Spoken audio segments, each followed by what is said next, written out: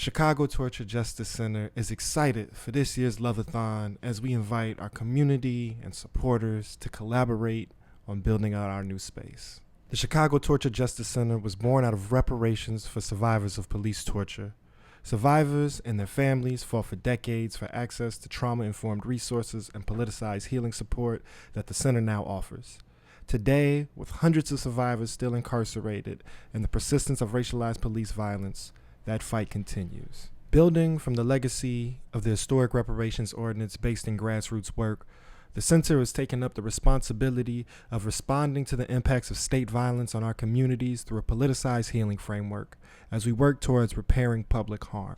CTJC is excited to be growing in a way that requires a transition into a new space that houses a dedicated staff and, most importantly, provides more adequate room for services, healing resources, and organizing space for survivors and families impacted by torture and police violence. This is not just a move into any building, and this is more than an ordinary construction project.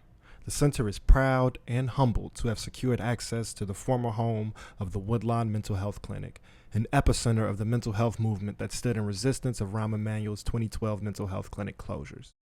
Chicago Torture Justice Center is excited to uplift and continue this legacy as the organization stands in solidarity with the liberatory movement ecosystem pushing for investment in public resources. CTJC and its new space meet at the intersection of public harm, for we know the investment into policing and violent abuse is interconnected with the divestment from communal resources, especially health and mental health care. So we are inviting you into a process of repair, and the work is far from done. Reparation is something we must continue to build.